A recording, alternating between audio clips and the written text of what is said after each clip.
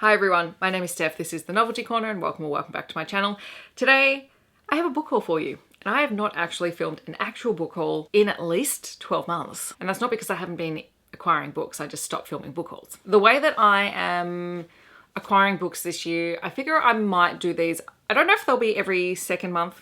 I did put out a poll to see what people were interested in. Bi-monthly and quarterly seemed to be the most popular option. I was going to do this quarterly, but I had to move a couple of videos around and things like that. So this video is getting bumped up to the end of February and there's a decent number of books in here. So I figured, why not? We might as well go through them and then we'll reevaluate when I have more books. So if you watch my February reset video, you will know that I am participating in Leanne from Literary Diversion's Bingo Board from Hell challenge this year, which is kind of like a series of goals that I've set myself that I need to meet in my reading, and then I can sort of earn rewards. And one of my rewards is that I earn money to go towards buying books. Now, it doesn't mean that those are the only books that I can buy, but the purpose behind it is to try and stop me indiscriminately purchasing things randomly. And despite what this video will look like, it has actually worked because I have absolutely no self-control sometimes, and this is just like a stopgap in going, do I really need this now? Or can I put it on a wish list and come back to it at the end of the month? There are obviously some exceptions to this. If I'm doing a video project or if it's an ongoing series or author that I read that I collect their books from, I'm gonna buy them or pre-order them or something like that, because those are automatically things I know that I'm going to read. I'm allowed to buy things. Like it's not a hard and fast rule. Suffice to say, there's quite a few books in here. Some of them are actually books that were pre-ordered in 2023. So I'm going to mention them because they arrived in January, but I'm not going to count them towards any of the stats. The only reason that I'm keeping track this year, because I certainly didn't keep track last year, is that I just want to make sure that what happened last year is not happening in 2024, which is a stack of books are being purchased, but I'm just not getting to them. And so for me, I'm really only keeping a list to mark off which ones I have read and then to see how many I have left over after that. And I have to say, like, having gone through all of this, I know what the stats are for this video, and they're not bad, which is good. All right, so I have categories and we are going to go through them sort of in order. So I have two picture books for review. So this is my review category. There is The Most Amazing Thing by Ian Hayward-Robinson and Matt Shanks, and also Footprint by Phil Cummings and Sally Solhan. Both of these I have read. They're from Allen and Unwin. I'll be talking about them in the last wrap up for February because these are books that come out on the 29th of February. I also received two books from Hachette, one that is being published by Hachette and one that's being published by Hodder. So they sent me a copy of Paper Dragons, The Fight for the Hidden Realm by Siobhan McDermott, which I'm really looking forward to reading. This is a middle grade fantasy story. And also Look Me in the Eye by Jane Godwin, which is an upper middle grade, lower YA story. I think the target audience starts at about 11 years old-ish. Jane Godwin is just a really fantastic Australian author. She writes a lot of picture books that I absolutely love and use all the time in my teaching. And I have yet to dive into her middle grade titles. I have two of them and I'm hoping to get to them this year, including this one, which I'm probably going to hold these two off until the start of March because it will be middle grade March and I would like to read them then so that then I can review them. And then the other review copy that I received this year was Heartsong by TJ Klune. This is the new release, trad published paperback. It's a gorgeous cover. This was from Macmillan. I have already read and reviewed this because I've read this book multiple times. It's my favorite in the series. Fantastic queer adult paranormal romance. Bring tissues. All right, then we come to the books that I sort of ordered or pre-ordered in 2023 that arrived in 2024. The first one being The Song of the Lioness Quartet by Tamora Pierce.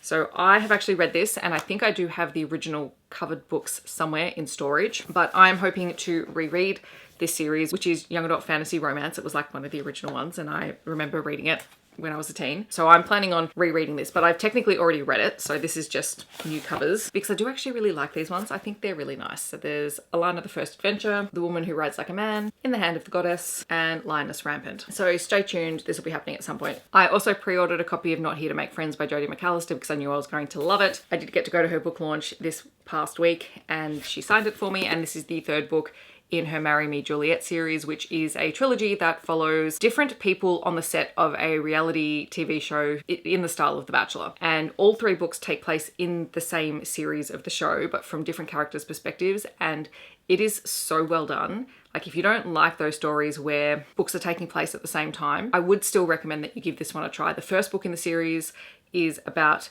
the bachelor style character falling for the contestant he eliminates on the first night. The second book is about two of the female contestants falling in love with one another. And this one is about the producer of the show falling for the villain of the show. Without spoiling too much, this is a friends to lovers, very slow burn, delightful story about two very morally grey characters. Like, they're not redeemed, but they are fantastic together. I also got myself a copy of Cinnamon Roll by Anna Zabo. This is part of the Bold Brew series, which is a series of interconnected stories. I have been meaning to read more books in this series, but I had picked this one up because there were nods to hockey. One of the characters plays beer league hockey in here, and it is a queer story. There are dom sub elements in here, and it is just really, really wonderful. My pre-order of With You Forever by Chloe Liese, the new traditionally published cover, came in. It's gorgeous. I love it. I'm just collecting these. I've read the entire series, so that's read. And then I had 2 subscription box books come in. Both of these were from the Romance Cartel Literati subscription, which I've since cancelled. Not because I don't like it, and not because they don't make beautiful books, but it's taking me forever to read any of the books, so we're pausing. So there is the Grim Tower Duet by Renee Rocco, which is a Rapunzel retelling. I mean, look at these sprayed edges. And then there is Second Chance Contract. This one is by M. Robinson. Also has very beautiful sprayed edges. I don't know anything about those books, so we'll see when I get to them. Right, then there are the 4 books that I purchased with my book fund money from the end of January. So this was when I tallied up how many books I'd read, which I get 50 cents for each book that I read in a month, plus any square on the bingo board that I complete, I get an extra $20 to add on top of that. And that's how much money I can spend on books at the end of the month. As I said, this is just a way of slowing down my spending as opposed to telling myself that I can't buy anything, because that would make me sad. So these are the books that I bought. So there is Garlic and the Vampire by Bree Paulsen, which I've talked about recently. This is a really fun middle grade graphic novel about some sentient vegetables, including garlic, who get sent by her friends to investigate the appearance of a vampire in town because she's garlic and they think that she's going to help get rid of him. And the two end up becoming friends. It's very, very sweet and wholesome and just delightful. There is How Decent Folk Behave by Maxine Beneba-Clarke. This is another collection of her poetry. I have her middle grade one, and this one is just a collection of poems from sort of the last 4 years or so, dealing with the pandemic, the Black Lives Matter movement, all sorts of contemporary issues. I highly, highly recommend Maxine Beneba-Clarke's work. I'll be continuing to pick up any poetry anthologies she releases. I did get myself a physical copy of You Made a Fool of Death with Your Beauty by Akwaeke and Emezi because I absolutely love this book. It was one of my favorite books of January. There are so many lovely covers for this one, and while I love the US hardback cover, which is the beautiful orange cover, this cover is kind of growing on me because of the colors. Like this, it kind of just appeals to me. But anyway, absolutely gorgeous story. And then the only one I haven't read from that stack yet is Emily Wilde's Map of the Otherlands by Heather Fawcett. I did read the first Emily Wilde book in January. Must have been in January. It was for the BookTubers Favorite Books of 2023. And I really, really enjoyed it. So I did pick myself up a copy of the second one.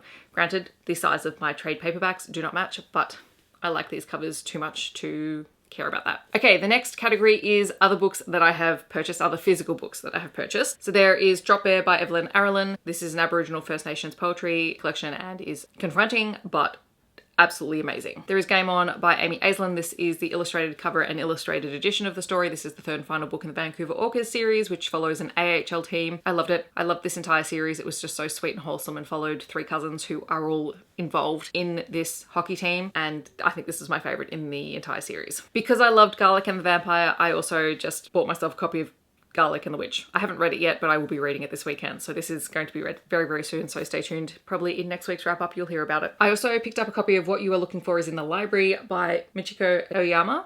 I apologize if I've butchered that. Anyway, this is a book that I'm reading for a project. Honestly, to get the hardback cover was almost exactly the same as purchasing the Kindle price. So that's why I have it as a physical copy. Obviously, I haven't read it yet. It is for a project. It is coming soon. Then there are a couple of books that I just purchased for myself on a whim on a night in the city. And this is what I mean by I'm not penalizing myself for buying books, because of these I have read 3. So the only one I haven't read yet is Nettle and Bone by T. Kingfisher. Every time I go to one of the bookstores in the city, the T. Kingfisher books are always horribly expensive. This one was in the normal price range for book prices in Australia, which is still horribly expensive, but nowhere near as expensive as the $40 that T. Kingfisher's books normally are. Surprisingly, this also fell into the roughly normal price range. This is Thornhedge, which I listened to as an audiobook earlier in the year, absolutely loved. And I am a sucker for novellas that are hardback and just very, very pretty and gorgeous. I picked up The Body Country by Susie Anderson, which is another First Nations poetry collection, and I just Really, really enjoyed this one. This is really about reflecting on yourself and on love and your relationships and your connection to the places where you feel most like you. And it's wonderful. And also Orbital by Samantha Harpy, which I talked about in my most recent wrap up because I absolutely love this. This is literary sci-fi about 6 astronauts on a space station orbiting Earth and their thoughts and reflections as they go about just their daily lives. Oh, I left a book on my shelf, but I can't be bothered getting up to go and get it. So I have been recently going to my local op shop and getting books for work, for the classroom. And a couple of times I've found some young adult titles that I've been meaning to read. So I've just been buying them because I can read them and donate them back and keep them in circulation, essentially. I think it's cost me $2 for these 2 books total. So there is Does This Make My Head Look Big by Randa Abdel Fattah. I've started reading some of her work, and this is one that's been around for a long time. I just never read. I also have Tiger Daughter by Rebecca Lim. I've been reading a lot of Rebecca Lim's children's works, and I have not had a chance to get to her CBCA winning young adult title, Tiger Daughter. And this is about the child of Chinese immigrants in Australia. And then at work, we have a bookshelf in the staff room that I started because, of course I did, where people just, it's kind of like a little free library where we just pop books that we have finished with. And post the holidays, there were quite a few books that turned up, including The Thursday Murder Club by Richard Osman, which I've heard really good things about and I would like to read, so I literally grabbed it. And then the last 4 books on this list are actually books for projects. They're all ebooks. So there is Yumi and the Nightmare Painter by Brandon Sanderson, which I bought for my BookTubers Favorite Books of 2023 video. And then God Killer by Hannah Kaner, Small Miracles by Olivia Atwater, and The Fiancé Fast by Alexandria Belfleur, which were part of my Friends Choose My TBR video featuring Julie from Keep Calm with Coffee and Books. So as of this video, the only one I haven't read from that list yet is God Killer, but I am reading it today, actually. That's when I'm starting it. So it's the weekend of the 17th of February, and I will be starting that book today. So that is my book haul. And if I don't count the pre-orders, which don't count in general because they were ordered before 2024, there are 24 books that I've spoken about. 15 of them I have already read, so they are ticked done there on the shelves already. That means I have read 62% of the books that have come into my apartment since the start of the year, which makes me really happy. But yes, that is my book haul. As I said, I'm not sure how frequently I'll do these throughout the year when I've got enough to talk about, I suppose. Hopefully you found this interesting and enjoyable, and we'll just see how I go throughout the year. Obviously the goal is just not to bring in way more books than I can actually handle reading. I don't mind having books left over at the end of the year. It makes for a fun project in the following year to read through the things that I just didn't get to. But I don't want to have an excessive amount like I do post Rare. I will say it is actually quite interesting because every couple of years I seem to have a bigger book acquisition year than others. And it's not every year. I mean, I do buy a lot of books and I do acquire a lot of them, but I don't always have as many left over from previous years as I currently do. And that's why, you know, years ago I started my book haul revisited project where I would use my book hauls to help me sort of squish that old TBR down.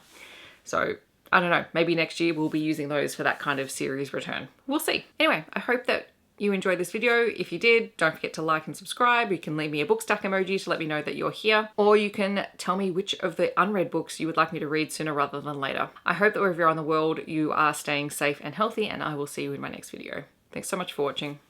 Bye everyone.